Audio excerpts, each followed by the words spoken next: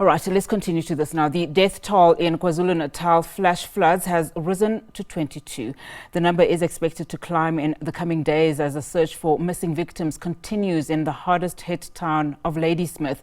Let's now cross to our senior reporter, Jade Paulse, for the latest. Jade, thank you so much for your time. I can imagine the devastation in, some of those homes, Jade. Just talk us through what is currently happening now in terms of the search and rescue and how the families are doing.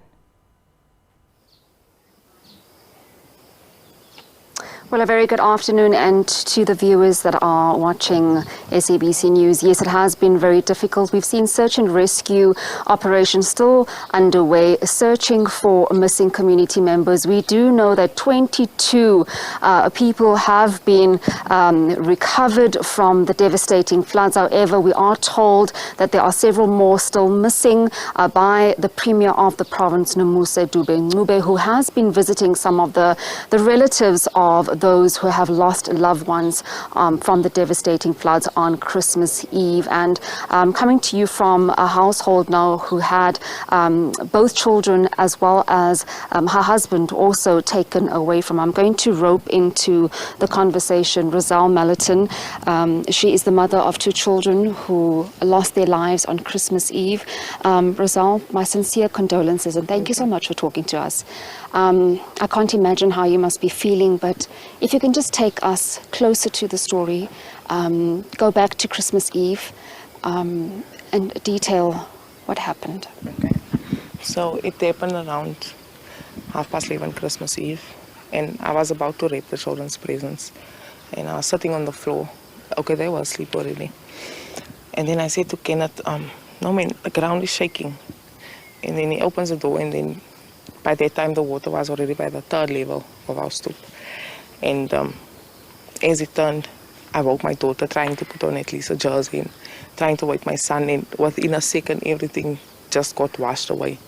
Along the flood, I was holding on to my son. Brooklyn was still on the mattress, and Kenneth was trying to hold on to me. And then at the tunnel, we actually banged into the pillar there, and then that's when I lost hold of him. And luckily, fortunate for me, I held onto a tree, and after a couple of hours, like around 3:30, a search and rescue member found me, 3 kilometers downstream. Yes. When you were inside the tree and just watching your children being ripped away from you, could you hear them at all? No, I couldn't. Everything was dark and the water was extremely strong, so no. I imagine this is also a very difficult time for the family. Yes. If you could just talk to us about, your family, the type of children, the names of your children. Let's just give names to the faces and faces to the names. So my daughter was Brooklyn Melliton. She was 9 years old. She was my firstborn, She was my princess. She had really long hair. And yeah. And Kyle Melliton, he was 3 years old. Yeah, he was my little boy. He was actually my miracle baby. So.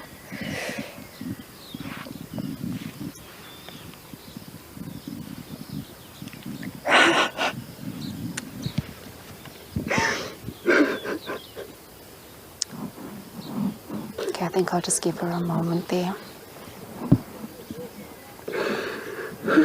Maybe Dinadine, if you can just talk to us about, memorial and funeral plans and also the recovery of your loved ones. So on Monday, Christmas Day, we discovered my niece, Brooklyn. We discovered across I think it's the N11, I'm not sure, across the N11, in the bush, very deep into the bush, and she was still entangled in the tree. She was naked. Her beautiful long hair was entangled in the tree, and it's a very painful sight, a very painful memory.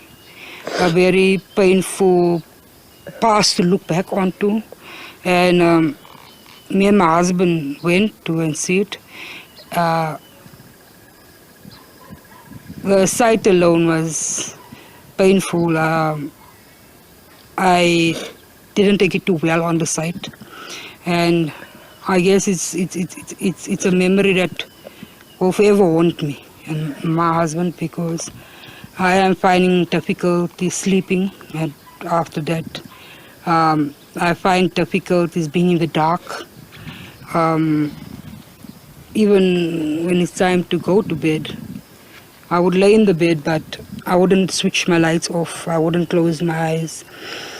And the Thursday, we were watching the news, and then we heard a body found, a male body found.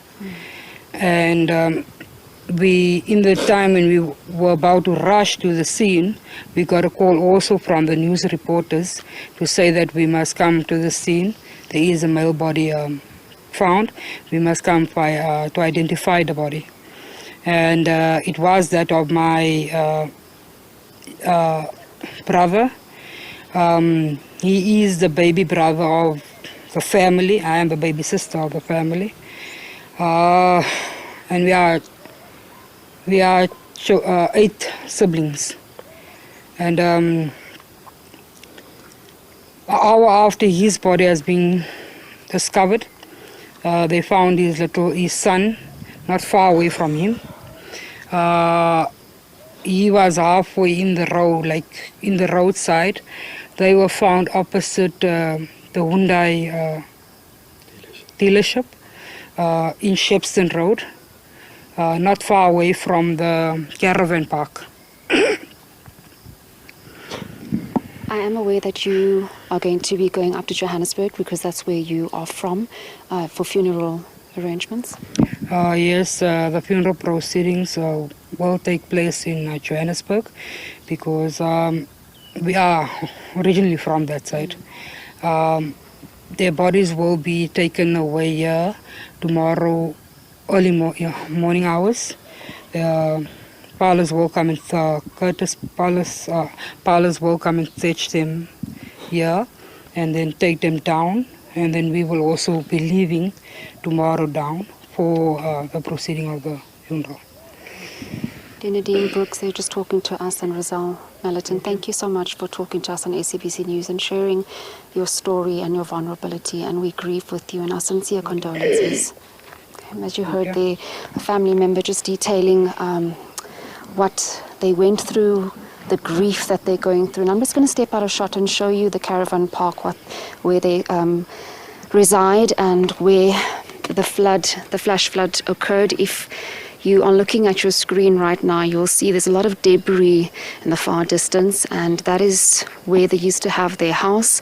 It was completely destroyed by a stream that really picked up momentum and became a river, ripping through this green lush vegetation that you're seeing on your screens right now into the house of Rizal Melliton. As you heard there, the family was wrapping Christmas gifts, ready to celebrate the Christmas and festive period when this incident occurred, and will be laying their loved ones to rest in the new year. I think I'll leave it there and hand back to you in studio. Thank you very much, Jade. Paulse there, very difficult story coming out of KwaZulu-Natal. Of course, those numbers now having risen to 22 in terms of the death toll.